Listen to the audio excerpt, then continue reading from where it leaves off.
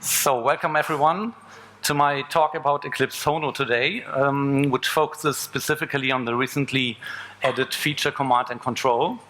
For all of you not being familiar with Eclipse Hono, I will give you a few minutes introduction into Eclipse Hono in general, and then we will have a look into the details of command and control, how it is implemented for HTTP and MQTT protocols.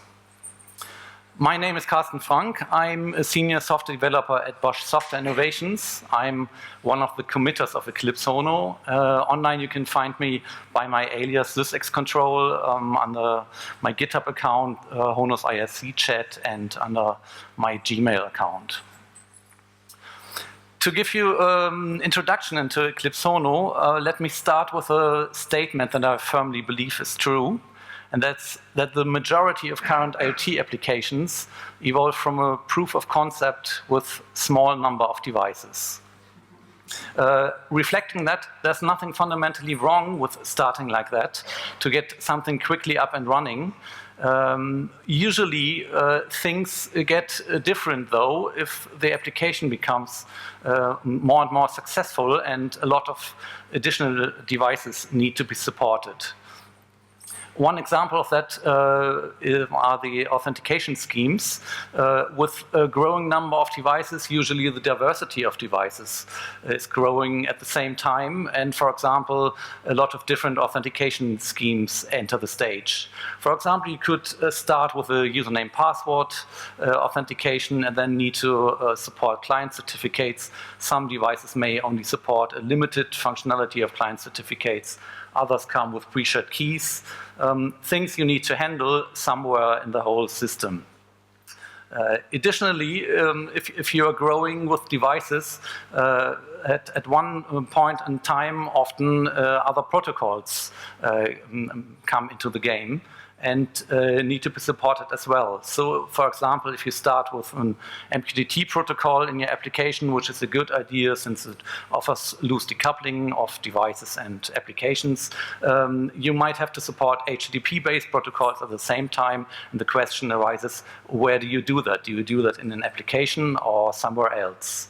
And what I want to say with that statement is that on a larger base, it definitely is usually a good idea to pull the device connectivity into a separate layer outside of the business application. And this is exactly what Hono is about. So let's have a look at Hono's vision. Hono was designed from the very beginning on to support large number of IoT devices and applications. I picked some of the most fundamental design aspects of Hono to discuss them a little. First of all, one fundamental design decision Hono took to ease the access to devices for business applications, that there is a uniform access to devices. Uniform access to devices means that an application should not care about how a device is connected, which protocol is used by the device, how the device is authenticated. All of this should be taken over by the device connectivity layer Hono offers. So at least one protocol, of course, must be supported somehow. And Hono chose the highly sophisticated AMQP 1.0 protocol to be the one protocol that is used also inside and as well to the application itself. It offers a lot of advantages, especially for large-scale installations. One aspect of it being supporting back pressure in the protocol itself. The security aspects I already talked a little about, the authentication schemes. An application that gets a message that is routed by Hono to the application does not need to care at all about if this device authenticated correctly. This was taken over completely by Hono already. So as soon as the message is arriving in the application, it can be absolutely sure that this device was authenticated. So it does not need to support anything for that. And another thing, the third point, in a larger system, it is crucial to have a good microservice architecture, or how it's called here, fundamental building blocks, to be able to scale out the right things, where Hono has put a lot of effort into, and defines AMQP 1.0 based remote service interfaces, so that form the fundamental building blocks that will build the microservices. These fundamental building blocks, we will have a look on the next slide to that. For all slides in my talk, the devices will be on the left side and the solutions will be on the right side. Often devices are southbound and solutions are northbound. It's just matched the screen physics better to put it on the left and on the right. So from a bird view perspective, how are messages flowing from devices to solutions? First of all, Hono itself is having some sub-layers, the first of them being the protocol adapters that are responsible for the device protocols. Device protocols are here visualized with white lines, while all the rest is AMQP 1.0 based, which is in the orange color. So we have the HTTP adapter and MQTT adapter as two of the protocol adapters here on that slide. Of course, we have more protocol adapters, and we are growing regarding the protocols that are supported. But for today, we will focus on HTTP and MQTT, so I put them onto the slide. The device registry is here only mentioned for completeness. I won't go into further details here, but to show that AMQP 1.0 is used everywhere inside of Hono as well. It is connected to the adapters by AMQP 1.0. But still there's something missing here, of course, as you can see easily. So the solutions are still not connected. How are they connected? And then the next block comes into the picture, which is the AMQP 1.0 network. The AMQP 1.0 network is not directly part of Hono itself, but it is meant to be implemented outside of Hono. So this is why we completely define the AMQP 1.0 service interfaces. With Hono's example setup, we ship a single instance of the Apache Cupid QD router to get something up and running. But for production setups, we recommend, for example, Red Hat's Armas, which is a fully equipped AMQP 1.0 network that is highly scalable. This network itself is highly scalable, so it can grow with your installation, and it is proven to can grow very large. The solutions themselves are only connected to the AMQP 1.0 network, and they don't know directly the devices, or not even Hono itself. So one thing to add in the introduction phase for today is Hono needs to offer some communication patterns. So the communication in an IoT system takes place in both directions. First of all, let me mention the telemetry direction. Telemetry is expected by us to be the majority of messages that are flowing from the devices to the solutions. They are quality of service 0 usually, so they are not acknowledged to the devices, making them exceptionally efficient in being routed. Sometimes it's not acceptable. For sensor values, probably it is acceptable, since they will be repeated anyway. If every once in a while a message should get lost. If it's not accessible, we have the communication pattern events. They are guaranteed, so they are quality of service level 1, and they are acknowledged to the devices. And then the other direction, which will be the content of all the rest of the talk, is a command and control direction. So, of course, solutions want to be able to send commands to devices as well. The command and control pattern, as we define it in Hono, is a bidirectional pattern, so we explicitly expect that a command is replied by the device. So this is why this is a bidirectional arrow here. We will very soon support one-way commands as well, where this is not necessary, so it's not always it is desired to be replied. But for today, we assume this is bidirectional. So taking that command and control, let's start with the first of the two protocols I will cover. Command and control for HTTP as being a representative for request-response-based protocols. There are two questions actually to be asked. First question is, how do we reach the devices for a request-response protocol, since they are not really connected anywhere? And the second question to be asked is, when is the right time to send a command to the device for an application? To be able to answer these questions, let us first have a look onto a usual telemetry communication pattern, how it's happening via HTTP. The device here is visualized on the left, 4711, as being an example device ID, and we are using the tenant, my tenant.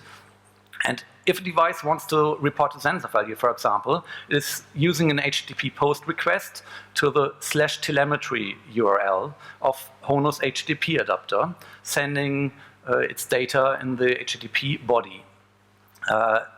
I assume for all following slides that we only have authenticated devices. So while contacting to the HTTP adapter, this device was already authenticated, and the tenant, my tenant, and the number 4711 was derived internally by the HTTP adapter already. For example, from username, password, from client certificates, etc.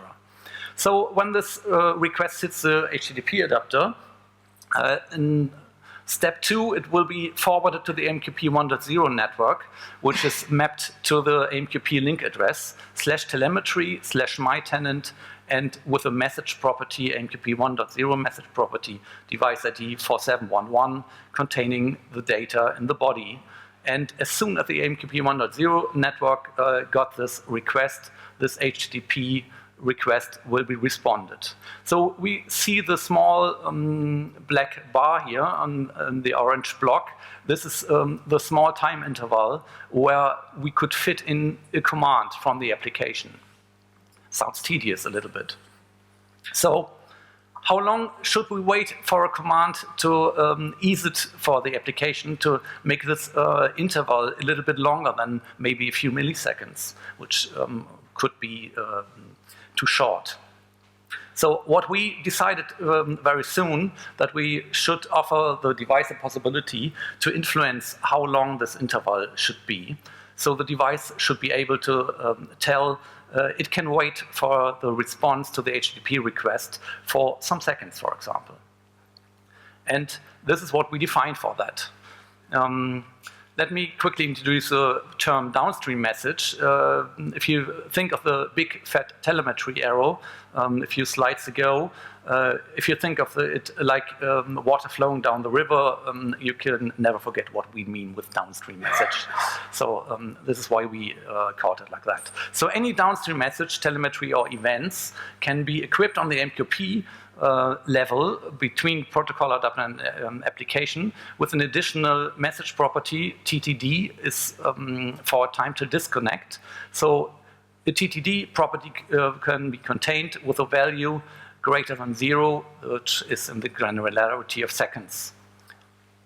So if an application gets a message with a TTD value, it knows the interval in the protocol adapter is extended by this number of seconds. So this is the time the application has to send down a command. And this is what we are looking into the very details on this slide here. So in HTTP send command, we call it piggybacked, since it is the device itself is reporting a telemetry message, as you already know from the first slide regarding HTTP, and it is piggybacking that that at the same time it declares that it's willing to receive a command. How does it do that? It does that by adding an additional property to the HTTP post request. It can be either in the URL, like it's shown here with a Hono TTD set to 30 seconds, or it could be a request parameter. Both is possible. And as soon as this extended or piggybacked HTTP post request reaches the adapter knows it has to start a timer that is running 30 seconds and extend this interval until it's sending out the response. So step 2, you know already, it is contacting the MQP 1.0 network. It's forwarding this Hono TTD, this is only specifically for HTTP protocol. It is mapping it to the generic MQP property TTD of 30 seconds. The application gets this message and now knows this device is willing to receive a command, and let's assume there is a command for this device. And then in step 3, this command is posted to the specific MQP link address that is defined for that. So in contrast to telemetry, this starts with /control, and the rest is looking quite similar. So this is sending a command to the device 4711 under the tenant my tenant, and this command is set up out of several subparts. First of it being the command CMD here. This is basically a free text which is used to describe the command itself. It could be something like set brightness or set temperature. And the second part is a reply ID. This can either be set by the application itself, or it can take by the API UUID mechanism. So this is generated. This will be used later for routing the response to this command. And the body is containing the command input. This quite often will be a JSON structure, but it's not defined at all. It could be a binary value, or it could be a very small binary value even, since the device might be very constrained, so it could be just 1 byte or whatever.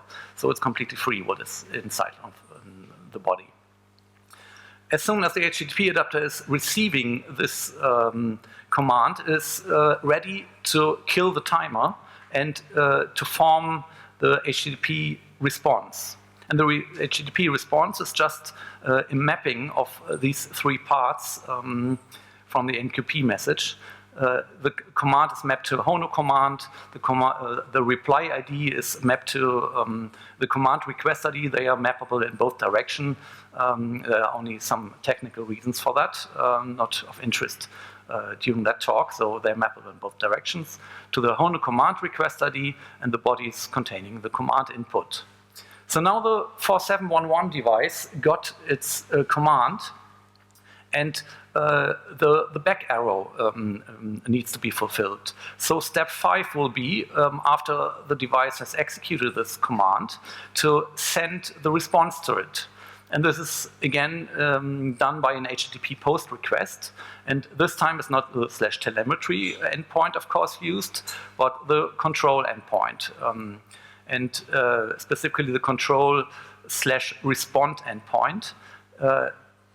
We need the command request ID as being the mechanism to correlate the original command with this response to be put somewhere. This can be done here in the URL or in the request parameter again as well.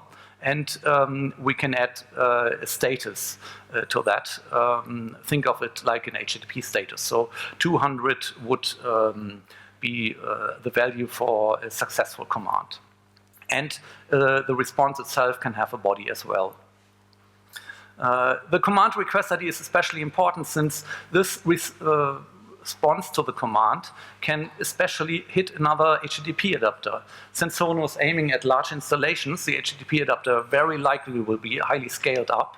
So it could be hundreds of HTTP adapter, and it's almost impossible to hit the same HTTP adapter. So there's no state held inside. So the command request ID is taken to find the MQP link address where the application is listening for the response.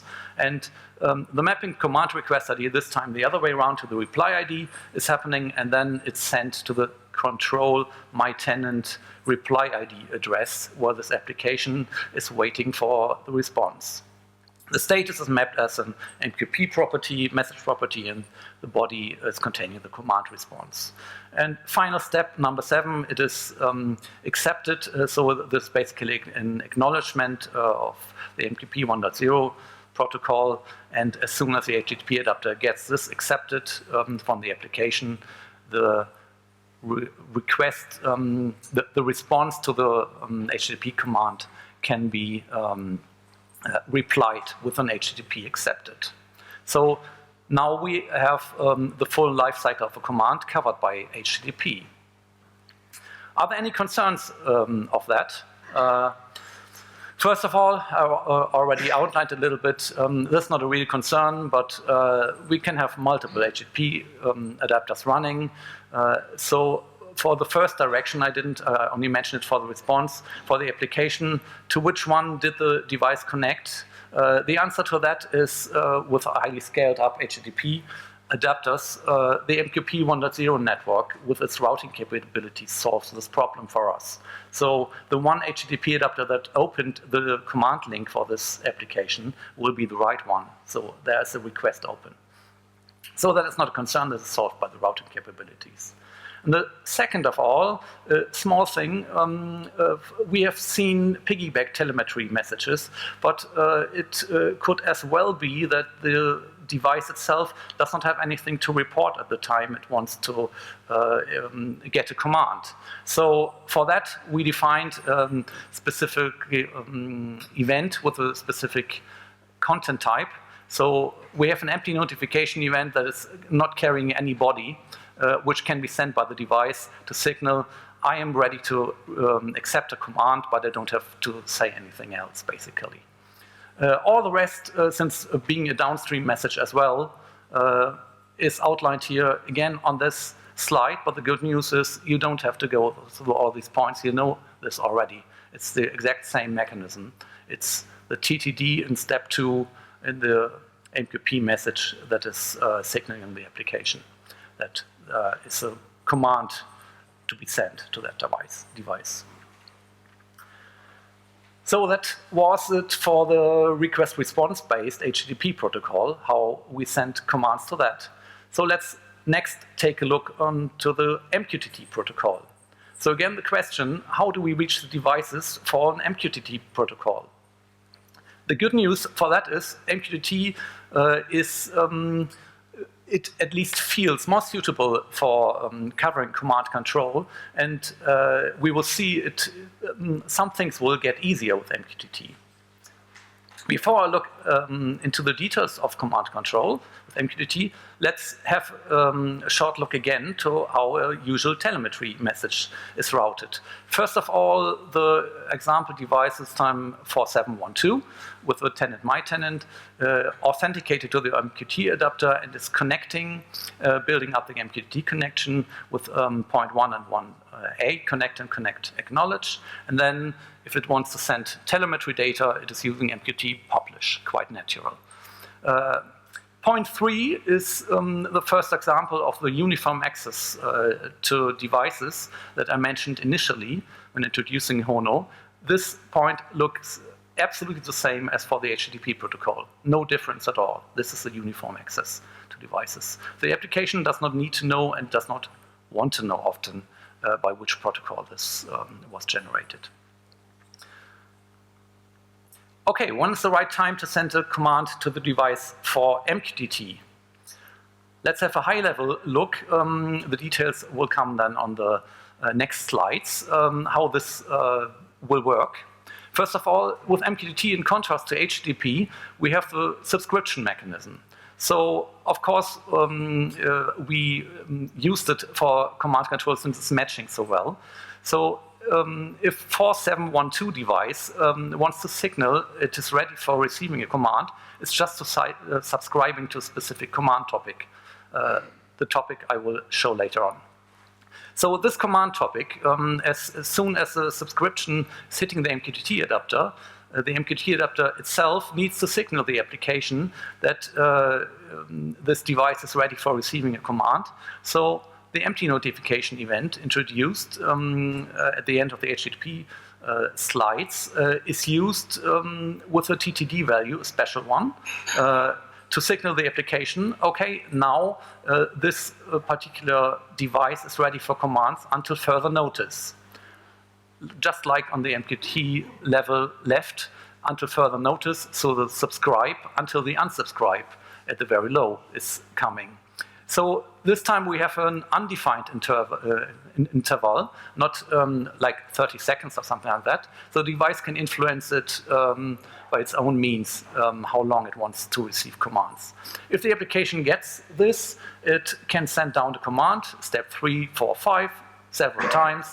They are published to this particular topic, and then the unsubscribe is being translated to an empty notification event with a different value to signal the application that this time interval has come to an end. So what are the two values for signaling the start and the end of the this time interval? We have introduced the TTD value already with values greater than 0. We use the value -1 and the value 0 for doing that. -1 having the semantic, the time interval is starting until further notice for receiving commands. The value of 0 for the value, for the semantic that this time interval has come to an end.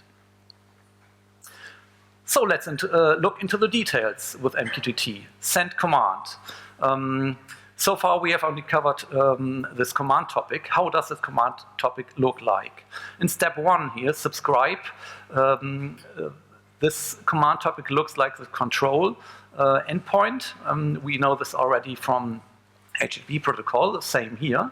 And since we are using authenticated device here, again, we have defined all over in Hono that after the endpoint, the next part will be the tenant, and the second next part will be the device ID. Since the tenant and the device ID is known here already, there's no necessity to declare it again. This would only lengthen the subscribe pattern. So we use the wildcards of MQTT for matching exactly one subpart.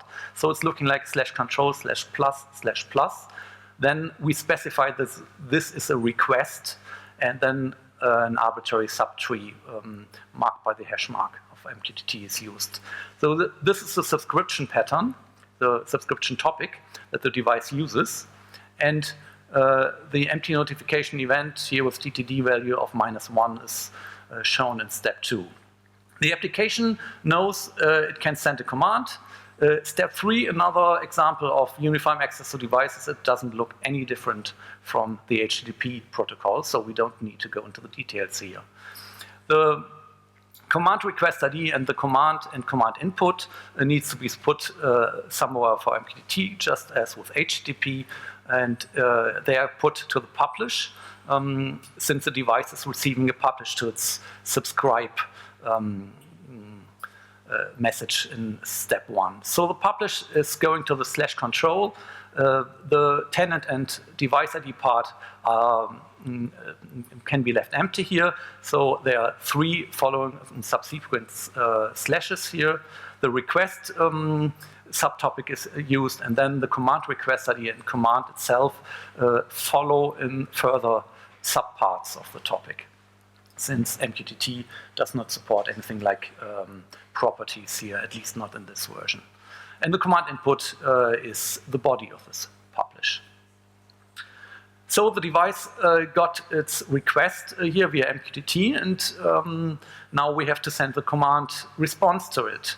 And this is looking quite straightforward. So this will be a publish, of course, as well to the MQTT adapter. So it's looking like /control, 3 subsequent slashes. This time the respond subpart is being used. The command request ID, since again another MQTT adapter instance probably gets this message and no status held. And the status itself here is being part of the topic in MQTT. Command response being in the body. Point 6, uniform access to devices, looking the same. We know that already. Part 7, disposition accepted. We know that from HTTP as well. And then the publish can come in two flavors. If it published in step 5 with a QoS level of 1, there will be pub acknowledge. If it's QoS level of 0, this step is skipped. And the unsubscribe is just the same. /control ++ request to the topic that we subscribed in step 1 on the previous slide. And then the TTD value in step 10 here was value of 0 is passed to the application, so it does not send further commands. So that's how it works for MQTT. And now we have a short time for a live demo. And before I start the live demo, let me quickly introduce you to the demo setup, what I prepared. Hono itself is running in Docker Swarm, being fired up already. And HTTP and MQTT use cases are covered by the command line tools, very well known to every one of you, of course. HTTP by curl commands and MQTT by the Mosquito sub and pub commands. We need an application that is listening to these messages, of course. This application is Hono's example application. There's no difference made for this live demo at all, so you can always try it out yourself from the Hono GitHub project. It is reacting like the following. For HTTP-based telemetry messages that are piggybacked, it will just reply with one command to that, and the response will be logged and acknowledged by the application. So we can fire commands to the curl for HTTP. For MQTT, it implements that as soon as it detects a TTD value of -1, it is starting an internal timer, and every 5 seconds it will send down a command which will be responded. And this repeats until this Mosquito command is killed. So I'm changing to the live setup here.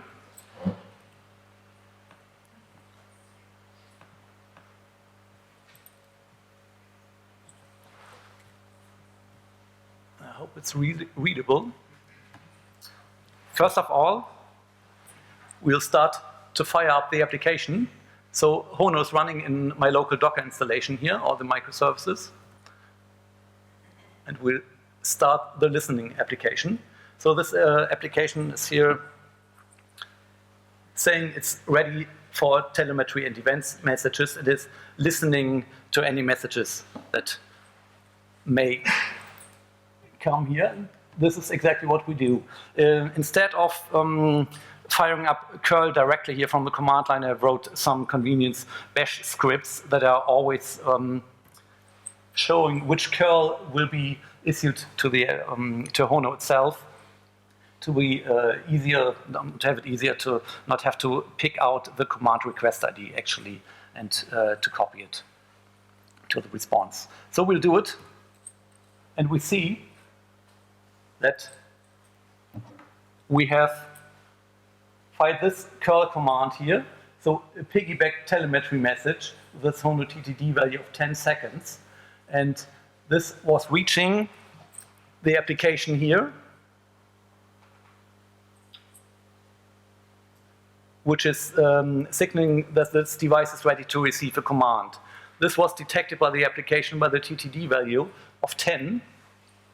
So it then decides, as I showed you, that this will sending a command, this time set brightness down here with a random value between 0 and 99. This time it shows 24, and it generated this Hono command request ID. So this request ID is necessary for sending the response to it back, which is being done by this bash script here automatically, using it with a Hono command status of 200. This is why this is considered completely successful in here, in the application. So we can do it again. See, this time it's brightness 60. This is how it works for HTTP commands. We'll do the same for MQTT now, where this application is implementing a timer. And as soon as we do that with Mosquito, subscription to the topic I mentioned, it will get every 5 seconds a brightness command with this random value between 0 and 99. And it's responding with status to 200. You can see it here on the right as well. So as soon as we kill that, another event is being sent. As I told you, with a TTVD value of 0, we can see it here. And so the application is stopping to send down commands. Last part of the demo to show you.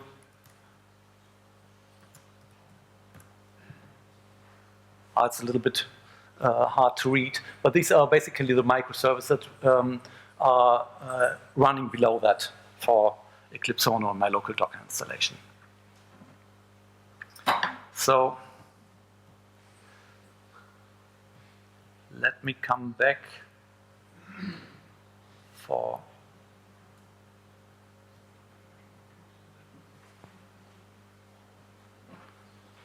a few final slides. To summarize very shortly, to pull out device connectivity into a separate layer is a very good thing in our opinion, especially if you have large installations. So if you put Hono at the center of your setup, it can handle the device connectivity of your application, and you can focus on the business functionality that you want to implement. Since 0.8, we have full support for command control. And what I would like to point out, do not miss the talk in this afternoon from our Red Hat colleagues that scaled up Eclipse Hono. I think this will be quite interesting to see. And second point, tomorrow we will have at the Eclipse playground a rover that is driven by Hono's command control API. This will be good to see, I think, as well. If you want to, please don't forget to evaluate the sessions. And we have some time for questions now, I guess.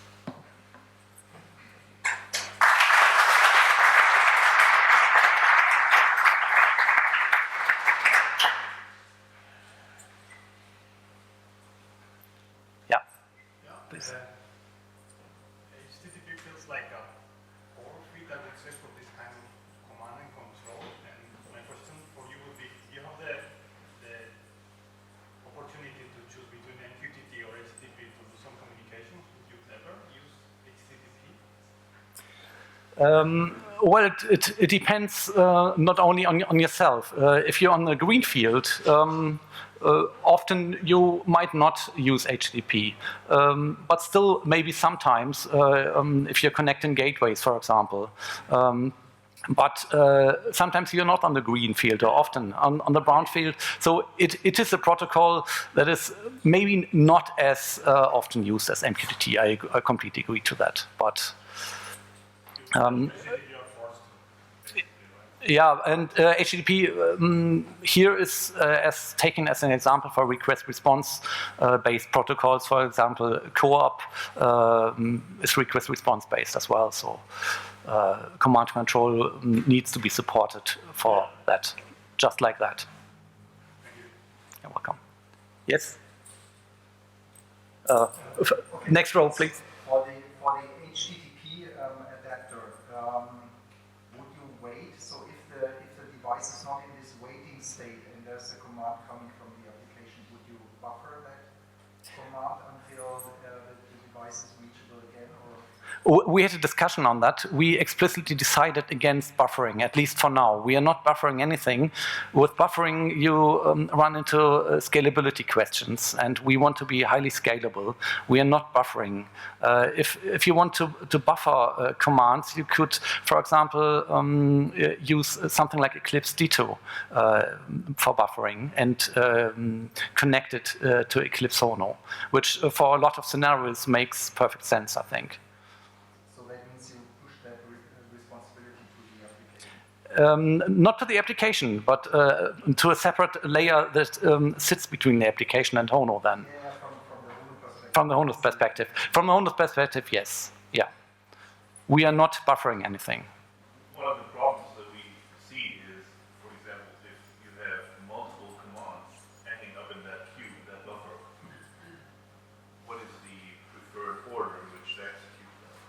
Or what happens if one command actually reverses the output of the previous one? Do you still want to execute both? Or for how long at a time are these commands actually valid?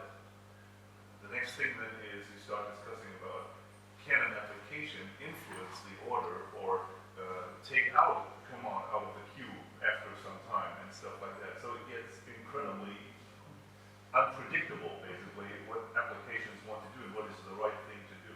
So therefore we decided, let's not get into all of these, but let the application decide itself in the first place. Okay. So if you want to have such an outbound buffer, then I guess it's not too hard to implement your own message queue in your application. Now, next question. What we want to achieve with Hono is this independence from the underlying protocol. So ideally, the application should not know whether the device is connected via HTTP or MQTT. Now, Hono is behaving differently. So if the device is MQTT, you would not need that buffer. If it's HTTP, you need the buffer in the application. So That's not true. The behavior is exactly the same. Maybe you want to. Yeah, or at least I do not quite understand what you're meaning by it's behaving differently. Why would you need to buffer not for MQTT but for HTTP? What? because you immediately publish the command in the MQTT case.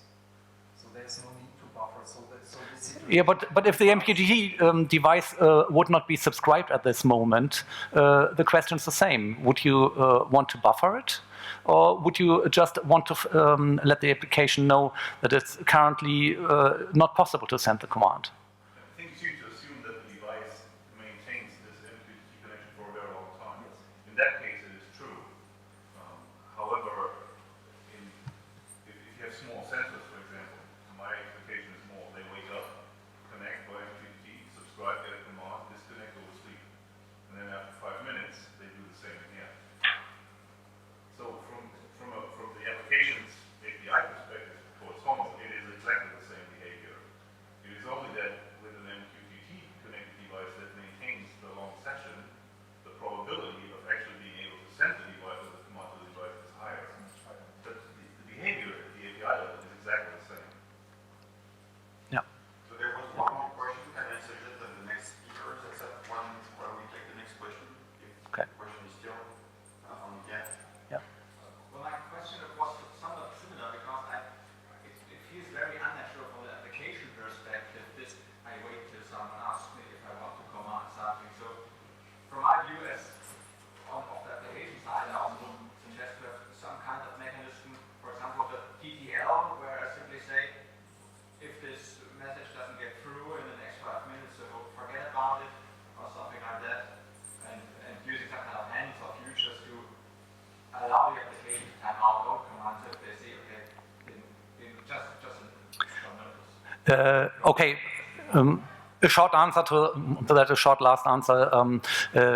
I have showed it like that. That it seems to be necessary that the application is informed. This is not the whole truth. Of course, the application can try to send a command to this MQP 1.0 link, and can try it out at any time. And if it's lucky, it might get through. But then it has the responsibility itself to deal with a situation where this command could not be sent. This is only a convenience that at this time the probability is very high that this command will come through. Okay, thank you. We're running out of time. Thank you.